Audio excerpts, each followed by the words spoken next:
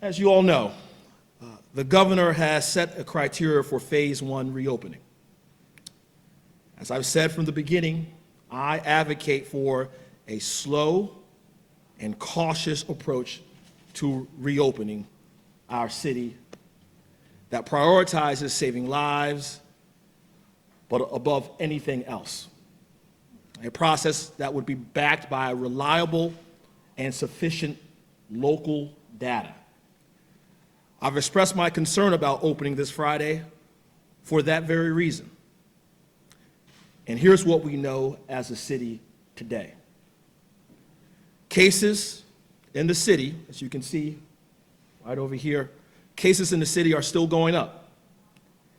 As you can see from the chart right here to my right, our cases in the city have doubled in the past 14 days. Ladies and gentlemen, this is not an aggregate count. This is our daily case count.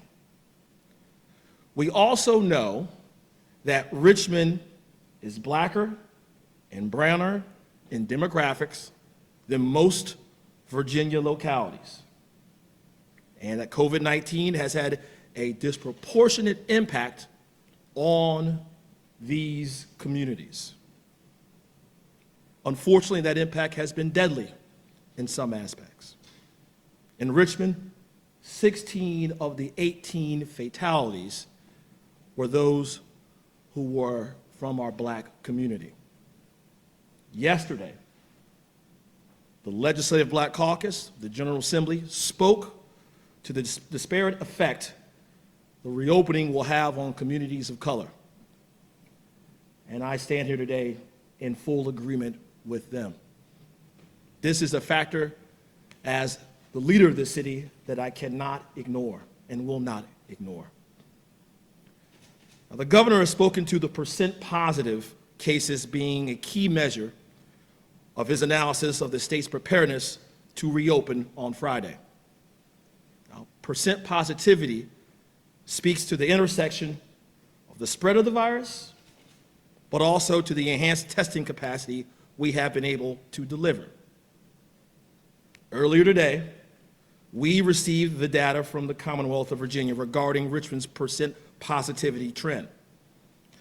And right now, as you can see on this chart, the data is showing an increase in percent positivity over the past 2 weeks.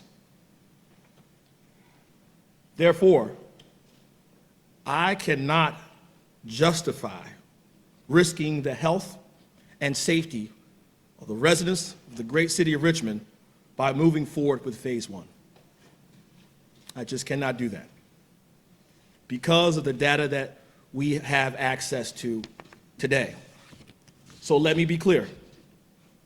At this point, we have formally requested a delay from the state, as the data clearly shows the increase in percent positivity. We have, at this moment, we are also still waiting the governor's decision on our requests. We sent a letter earlier this afternoon to his team stating our position and also thanking him and the health district for providing us the data. I want to make it clear to our communities, particularly our most vulnerable communities, that I'm committed to ensuring that the enhanced testing access that's been provided over the past several weeks will continue for the weeks and months ahead. As I've stated before, testing is one of the greatest weapons we have in our fight against COVID-19. It allows for us and our medical experts to unshield and unmask this invisible enemy. Now, Dr. Avula has assured me of his commitment to continue to offer these testing sites for the foreseeable future, and I've made the request explicit in my letter to Governor Northam earlier today. And now my request to those out there in our community. When we do stand up these free testing sites, I beg of you that if you are experiencing any of the symptoms related to COVID-19, I ask that you show up at one of these testing sites to get tested. It's one of the most selfless things you can do, but also it not only can save your life, it may also allow you to save someone else's life as well. As I've stated in the past, for me, this is just not about the total number of cases. These are all statistics and data right here. But it's about those lives that are impacted. This right here tells a story of the lives that are impacted here in the city of Richmond. And if you go even deeper to that, it will show you that the lives that are impacted by this virus are those individuals who are part of our most vulnerable community. And I believe, as the mayor of this great city, that we should do everything we can to ensure they are protected. And that's why a slow and cautious approach to reopening must be taken at this time. I want you to know, there's nothing I'd love more to snap my fingers right now and see the return to the way things were prior to COVID-19. I join a number of people in this great city who want to move forward, but we want to move forward in a responsible and safe way because we all recognize that we are all in this together. We are in this together. This is the greatest team exercise that we will probably ever experience in our lifetime.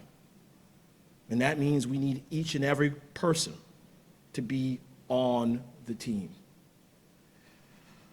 And we also will continue to ensure that the data will dictate the future timelines. So, we will say it again. If you can stay home, please do so. If you can stay home, please do so.